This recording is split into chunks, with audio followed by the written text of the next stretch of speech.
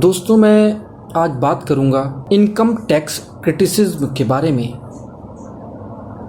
जो क्रिटिसाइज़ किया जाता है, लोगों को डीमोरलाइज किया जाता है, उसके बारे में। लोगों से ये कहा जाता है कि देश में सिर्फ 1 या 2% लोग, 3% लोग ही टैक्स जमा कर रहे हैं, बाकी तो इस देश के लिए बोझ है। वो न ही टैक्स देते हैं, ऊपर से फ्री का खाते हैं, फ्री का राशन लेते हैं, फ्री का या कम दामों में राशन लेते हैं, बैठे बैठे खा रहे हैं। बाकी 1 या 2% लोग ही ऐसे हैं जो टैक्स देते हैं और उसी वजह से देश चल रहा है, बाकी तो इस देश पे बोझ है। ये क्रिटिसाइज़ किया जाता है और गलत किया जाता है। असलियत ये नहीं है मेरे दोस्तों। असलियत ये है कि एक गरीब, एक किसान, एक मज़दूर, एक भिखारी तक टैक्स देता है। सभी टैक्स देते हैं। अब मैं बात करूँगा कैसे। अगर मान लो एक साबुन बनेगा, किसी फैक्ट्री में कोई सामान बन रहा है, हम शॉप को लेके चलते हैं, साबुन बन रहा है।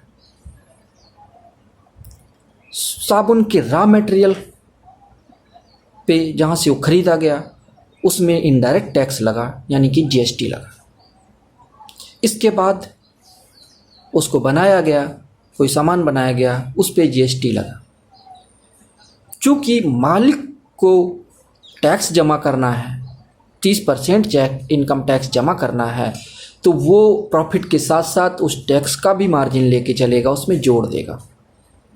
इसके अलावा उसे वहाँ काम करने वाले लोगों को तनख्वाह देनी है, वो भी टैक्स जमा करेंगे, तो हमें ज़्यादा तनख्वाह देनी पड़ेगी उनको। जब ज़्यादा तनख्वाह देनी है तो अब ज़्यादा मार्जिन भी जोड़ना पड़ेगा उस साबुन में। इस प्रकार से उस साबुन की कॉस्ट बढ़ जाएगी टैक्स जुड़े होने की वजह से। इसके बाद जब वो बाहर जाएगा साबुन वहाँ से, तो उसको ट्रांसपोर्ट किया जाएगा। तो जगह जगह ट्रांसपोर्ट वाले को टोल भी देने पड़ेंगे, प्लस टोल टैक्स के साथ साथ उसको जीएसटी भी देना पड़ेगा, खुद का पर्सनल टैक्स देना पड़ेगा, पेट्रोल भरवाना पड़ेगा जिसमें ऑलरेडी हायर टैक्स लगे हुए हैं। तो वो सारा का सारा पैसा उस साबुन की कॉस्ट में ही जाके जुड़ेगा।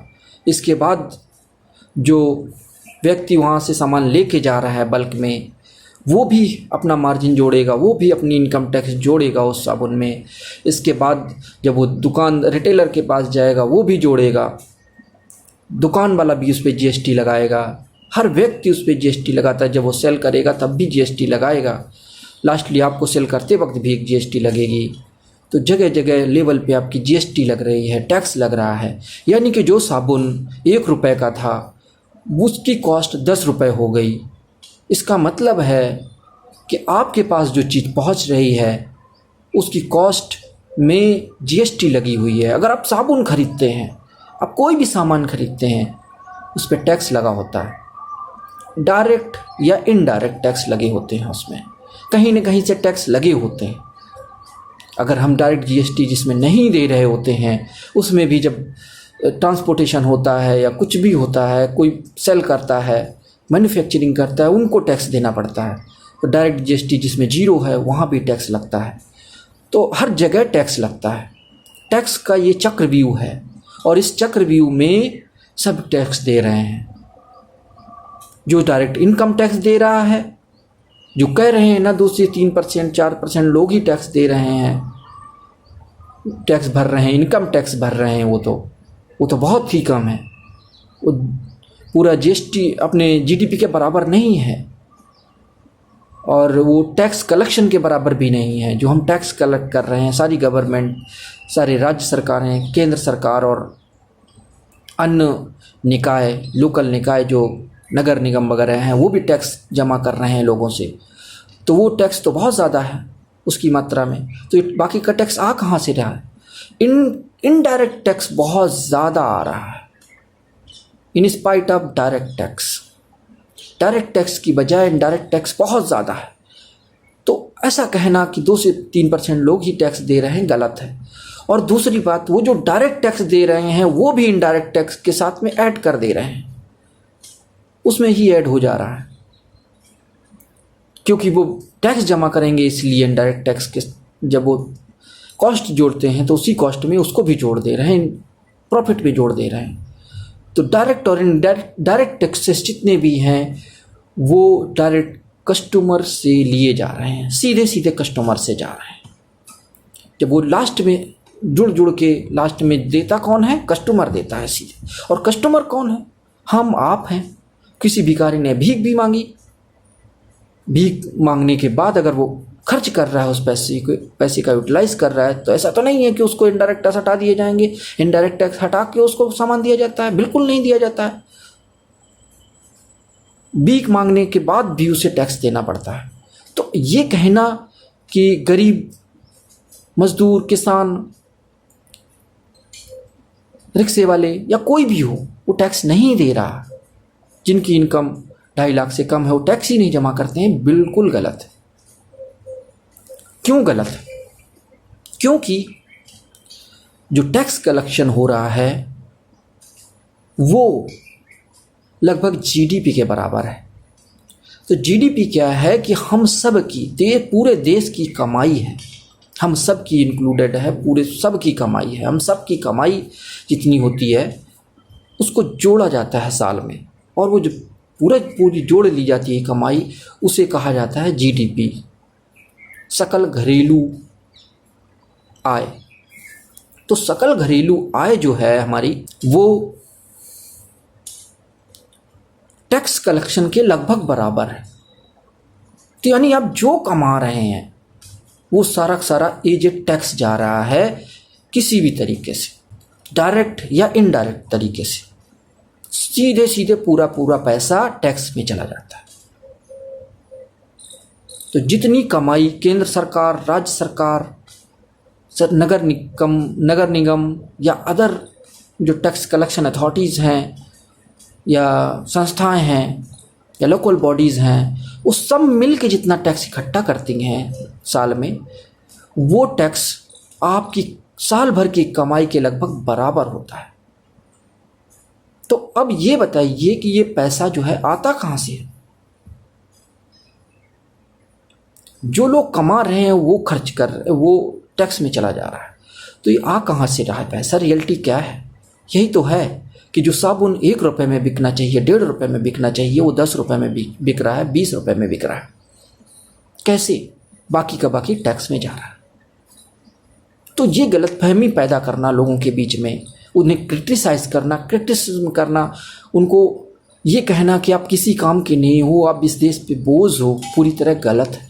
जबकि वही मजदूर, वही किसान, वही लोग, नीचे तबके के वाले लोग जिन्हें कहा जाता है, वही लोग मेहनती हैं, वही काम कर रहे हैं, वही फैक्ट्रियों में काम कर रहे हैं, आम लोग काम कर रहे हैं, फैक्ट्री हो गई, सिस्टम हो गया, सारा सिस्टम वही चला रहे हैं। जो काम कर रहा है, जो सिस्टम चला रहा है, जिसकी वजह से सिस्टम चल रहा है, उन्हीं को बोझ कहा जाता है, उन्हीं को कहा जाता है कि आप टैक्स नहीं दे रहे हो। ये पूरी तरह गलत कहा जाता है। ये इससे प्रूफ होता है कि जो हम टैक्स जमा कर रहे हैं वो जीडीपी के बराबर है। इतना टैक्स है कि जीडीपी के बराबर है। हमारी सारी कमाई भारत सरकार के पास जाती है, सरकारों के पास जाती है, लोकल बॉडीज़ के पास जाती है। तो आप सोचिए कि हमारा टैक्स हम जमा कर रहे हैं कि नहीं जमा कर रहे हैं। ये झूठ और मिथ फैला के लोगों को ये समझाने की कोशिश की जाती है कि आप जो है किसी काम के नहीं हो। उनकी मेहनत का पैसा भी मारा जाता है।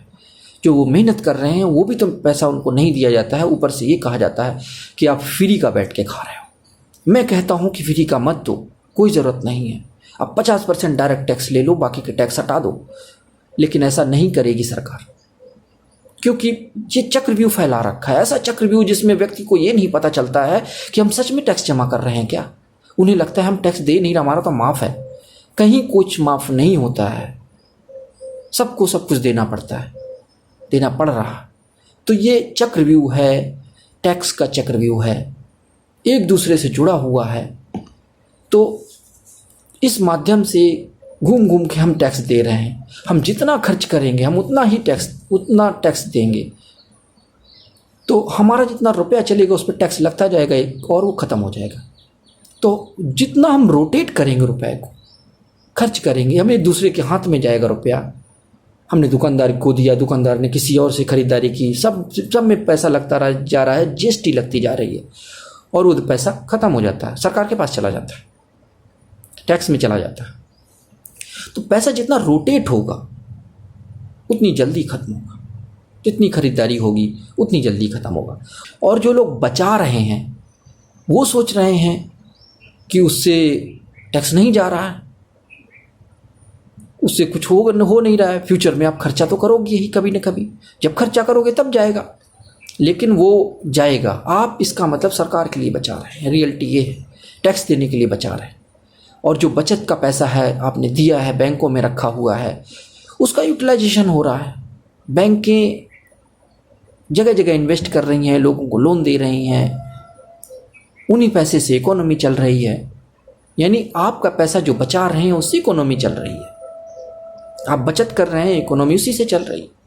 थोड़ा बहुत पैसा बच रहा है, जो भी बचा के बैंक में रख रहे हैं उन सब से वो सारा पैसा यूटिलाइज हो रहा है कहीं ना कहीं। तो जो इकोनॉमी है वो आप चला रहे हो, सिस्टम आप चला रहे हो, काम आप कर रहे हो, क्रिटिसाइज भी आप हो रहे हो। तो क्रिटिसाइज नहीं होना है, तो क्रिटिसिज्म के तरीके और भी हैं। जैसे कि अगर कोई लड़की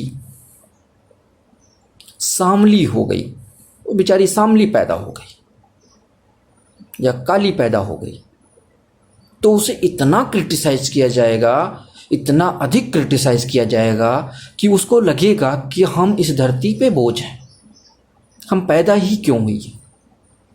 वो बेचारी क्रीम लगाएगी, लगातार क्रीम का इस्तेमाल करेगी, अपना मुंह रगड़ लेगी, डेली क्रीम लगाएगी, वो कंपैरिजन करेगी दूसरों के साथ।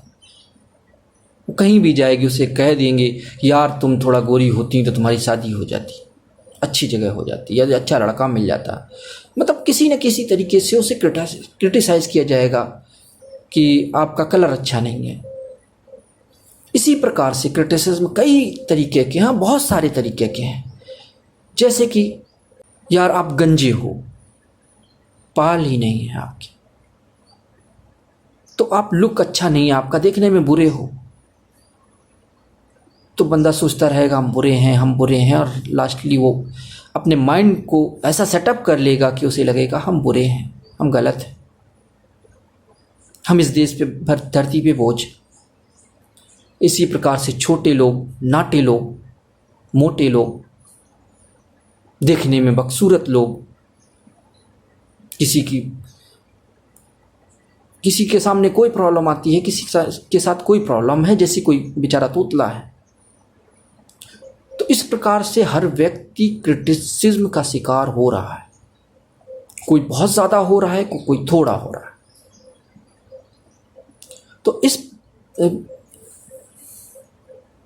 तो आपको क्रिटिसिज्म का शिकार नहीं होना है, आपको अपने अंदर कॉन्फिडेंस पैदा करना है। आप कैसे भी हों, देखने में गंदे हैं, देखने में बदसूरत हैं, आपकी आंखें अच्छी नहीं हैं, छोटी हैं, आपकी आंखें बड़ी हैं, आप देखने में कम सुंदर हैं, ये कोई मायने नहीं रखता है मेरे भाई।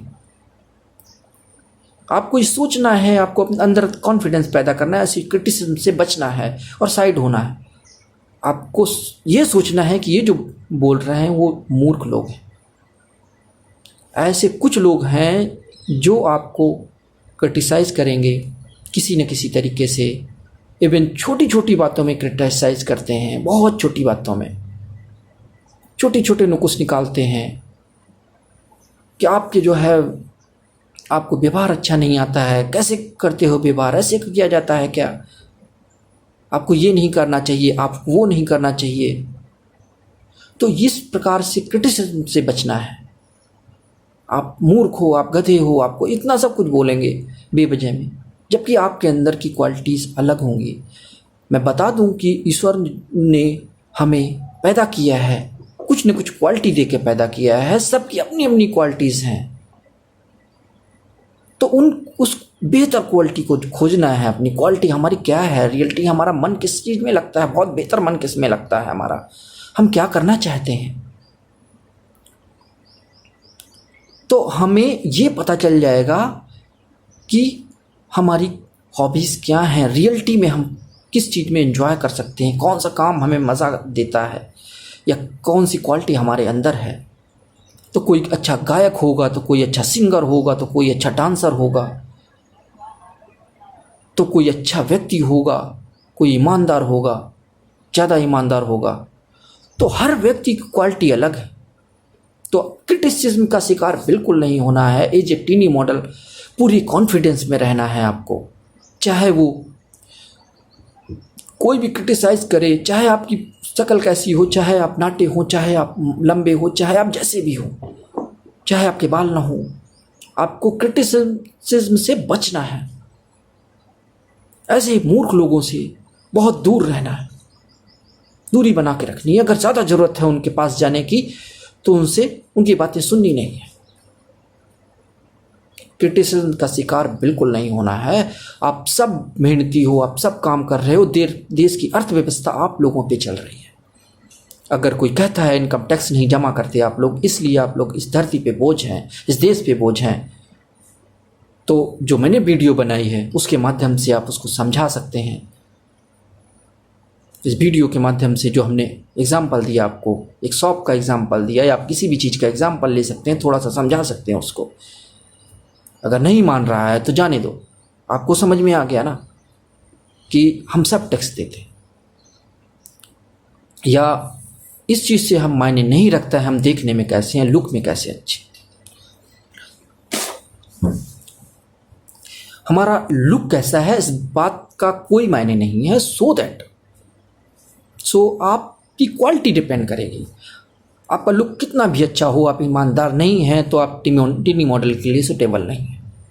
सिंपल बात है। आपके अंदर मानवता नहीं है, आपके अगर अंदर मानवता नहीं है, आपके अंदर ईमानदारी नहीं है, आपके अंदर काम करने की क्षमता नहीं है, तो आप कितने भी सुंदर हों, कितने भी देखने में स्मार्ट हो, कितने भी हीरो हों, आप एज ए टीनी मॉडल काम करने के लिए एलिजिबल ही नहीं है।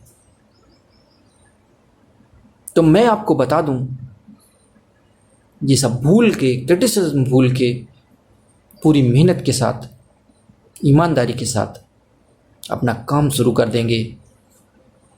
जब काम शुरू कर देंगे तो निश्चित रूप से आप लोगों की सेवा भी अच्छे से कर पाएंगे, फैमिली बना पाएंगे। क्योंकि हमें ये फैमिली बनानी है, धीरे धीरे टीनी मॉडल्स को जोड़ना है और लोगों को जोड़ना है, और इतना बड़ा परिवार कर देना है कि इस परिवार की तरफ कोई आंख उठा के भी ना देख पाए। हम सोचते हैं ना कि हमारा बड़ा परिवार हो जाए, 1 बच्चा हो जाए, 2 बच्चे हो जाएं, 4 बच्चे हो जाएं, 6 बच्चे हो जाएं। क्यों हम इतने बच्चे पैदा करना चाहते हैं? इसलिए करना चाहते हैं कि हमारी ताकत बढ़ जाए, हमारी तरफ कोई आंख उठा के ना देखे। तो अब वो करने की जरूरत ही नहीं है। हम सब परिवार हो जाएंगे, एक जुड़ जाएंगे, एक माध्यम से जुड़ जाएंगे, एक हो जाएंगे। हमारी समस्याएं भी दूर हो जाएंगी, बहुत सारी परेशानियां दूर हो जाएंगी। ये टीनी मॉडल आप जब काम करना शुरू करेंगे तो इस बात का भी ख्याल रखना है कि हम एक परिवार हैं। हमें न किसी को क्रिटिसाइज करना है, न क्रिटिसिज्म होना है। हमें पूरे कॉन्फिडेंस के साथ, हमें पूरी ईमानदारी के साथ, हमें पूरे मानवता के साथ, हमें एक पूरे परिवारवाद के साथ काम करना है। एक परिवार बनाना है, हमें उसे बड़ा करते जाना है धीरे धीरे। तो इस प्रकार से हमें काम करना है कि दुनिया देखती रह जाए।